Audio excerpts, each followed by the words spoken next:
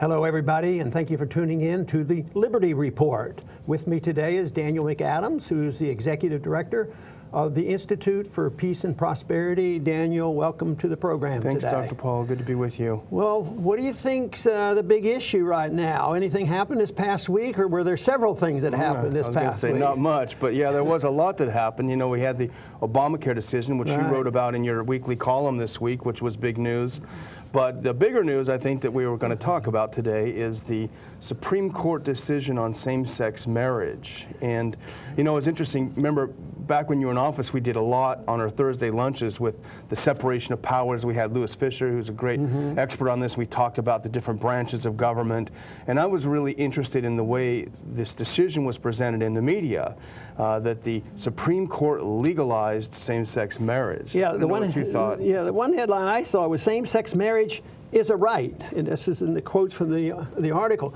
And you know, for a long time I've been saying these. I might have to change my speech, but I get a good response when I talk to a crowd of people who have some bit of an understanding about rights, saying that rights do not come from our government. Rights come to us in a natural or God-given way. And people say, yeah. But here, all of a sudden, same-sex marriage is a right declared not by the Congress, by the Supreme Court, but really by one individual in the Supreme Court. A 5-4 ruling, then all of a sudden this is a new right. Then immediately, though, when people hear us talking like that, they say, against the ruling, that means they're bigots, you know, and all these things that people want to pin on us. But there's a lot more to it than just that.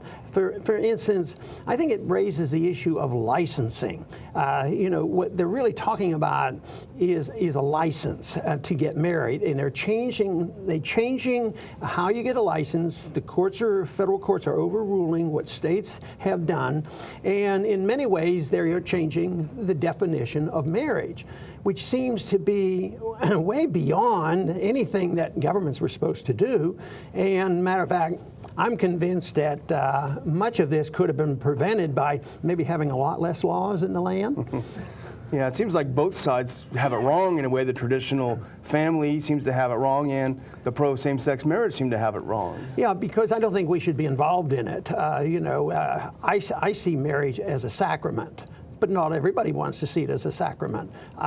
But why is the government involved in a sacrament? You know, okay, we're going to have a license, you know, for you to participate in this sacrament. Well, baptism for many in this country still, baptism is a sacrament, but we don't go out and get a license. And the question comes up, well, why have we succumbed to this, to accept this idea that none of us can get married? I would assume you probably had a license. I certainly had a license. It was assumed, no questions asked.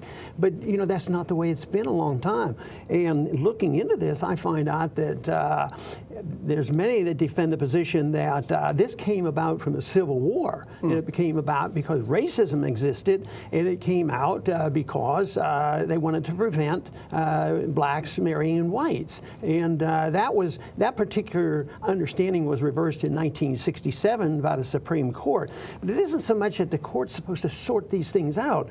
If we lived in a libertarian society, a free society, that would be out of the way, and you'd be allowed to make up your own definition, do whatever you want, as long as you didn't exert aggression against somebody else. And then those who believe in traditional marriage could have their traditional marriage and get married in the church, and those who want a secular marriage can do that too. But I don't think we're anywhere close to that today. Yeah, the pro-traditional marriage people say that this will ruin marriage, this is undermining marriage, you know. But we were talking before the show, and you mentioned a couple of interesting statistics about so-called traditional marriage. You said 57% of millennials have their children out of wedlock.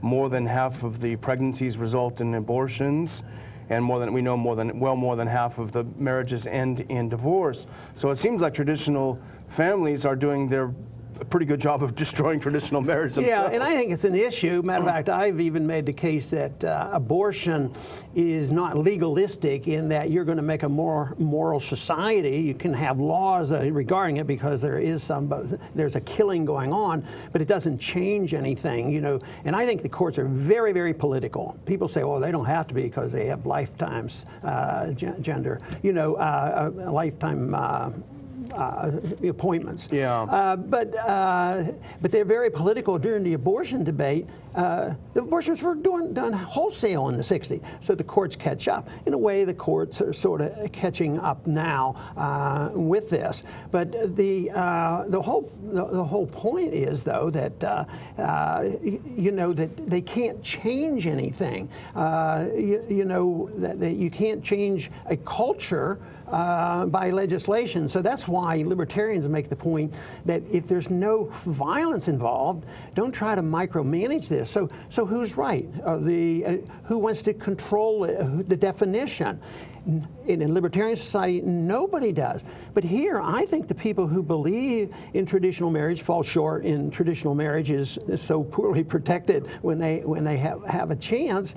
But they shouldn't go to the government and tell the government, you are going to define it my way, even though they might have a historical argument for that. And at the same time, the secular people want to march in and say, no, that's exclusive and all. So I think so often we bring on so many problems, and to tell you the truth, I don't think this is going to end them. There have been people who suggest that this is just opening up the door for more and more problems, because there is an exclusion. It's a religious exclusion that okay, if it's against your religious belief, and they sort of did this with the abortion, that and I saw at times when you were sort of, as residents, forced to be involved, but eventually they said that if you have a personal objection to it, you didn't have to participate, and that's what they're saying here. But I think you're going to have lots of problems, possibly even in the military. Who knows what might happen in the military? The chaplains may be forced to do it against their will. Yeah, in college campuses, we still have some religious colleges. They will talk about mandatory dorm regulations. But this is the whole principle, I think. This ruling, I think, was a defeat for the Constitution and a defeat for liberty, because both sides are rejecting the libertarian approach. They're just arguing who gets to do this and that. And I think it's a victory for big government. There was a time when I've tried to sort this out, and we might do a program someday on this, on judicial review. And even Jefferson and Hamilton argued about this, how much review, and some back then argued that the court should not even have the right to review congressional laws. But today, it's epidemic. The Supreme Court believes they can rule on anything and everything, every state rule, regulation, or politically correct idea. And now they're ruling on saying, we are the arbiter, we will say, what marriage is. And, Kennedy, they gave him some credit for saying some nice words about people who are in love have a right to come together and be a unit. But if love is the thing that brings us together, the argument can be made from maybe a legalistic viewpoint that, well, what if 3 or 4 people are in love? Are you going to be the arbiter of who loves whom? Yeah. So therefore, there's going to be an expansion. I think it's going to invite a lot more problems, and it's not going to be solved just with this. And as you say, popular perception is that the Supreme Court is the final verdict on these things, and the media presents it that way. I think people even think that way. Right. But we've had several guests in the old days on the luncheons who've said that is an absolutely crazy thought. Yeah. But in principle, I've challenged this whole idea of getting a license for a sacrament. But I challenge the principle of licensing on everything, because a license is almost always used to exclude people. And I've already mentioned it was used originally to exclude interracial marriages, so it was an exclusion. But if you have a license for plumbers, that they have to have a license, what are you doing? You're excluding somebody else because he says, I'm a plumber? Why doesn't the customer decide whether he's a plumber or not, or his reputation, or what his promises are? But no, if you get a license, and you have this in cab drivers, of course, right now there's some challenges to the licensing of cab drivers, but there's licensing of everything. And even if I'd argue the case that the states not be involved in all this licensing, now it's federal. It makes it more complicated. So I want people to get back to the point of how does this compare to a libertarian society? This is more complex because it's always government. Who's going to get control of government? Then you get intervention in economic policy. How are we going to take care of the poor? Well, you take from this group and do this group, and you fix wages and all these things, rather than saying, well, maybe the poor could be taken care of better if we had a free society and sound money. But so often, this is why I was so strongly annoyed with all this, because it assumes that this is a responsibility of government, and I do not believe that is the case. This is just mischief, and there's a lot of attention, and I think it's pretty amazing that there's a lot to be said about the need for traditional marriage.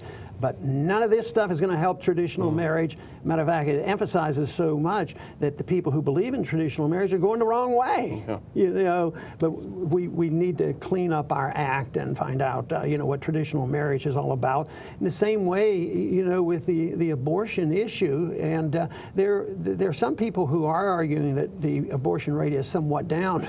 But I was thinking, well, that may be good. Maybe education is good. But who knows what is the real reason? Divorce rates may be down because people aren't getting married. In the first place, yeah. So, but these kind of things should be solved in a voluntary society. And of course, the society would be more peaceful, because if you want to be part of the freedom movement, you have one very, very strict rule, and that is the rejections of the use of force, personal force, or legal force by the government to do certain things. And of course, it means that you have to be tolerant of other people's choices. You shouldn't be too tolerant of government use of force. That is what we should be intolerant of. Yeah. Anyway, I'd like to thank everybody for tuning in today to the Liberty Report, and please come back soon.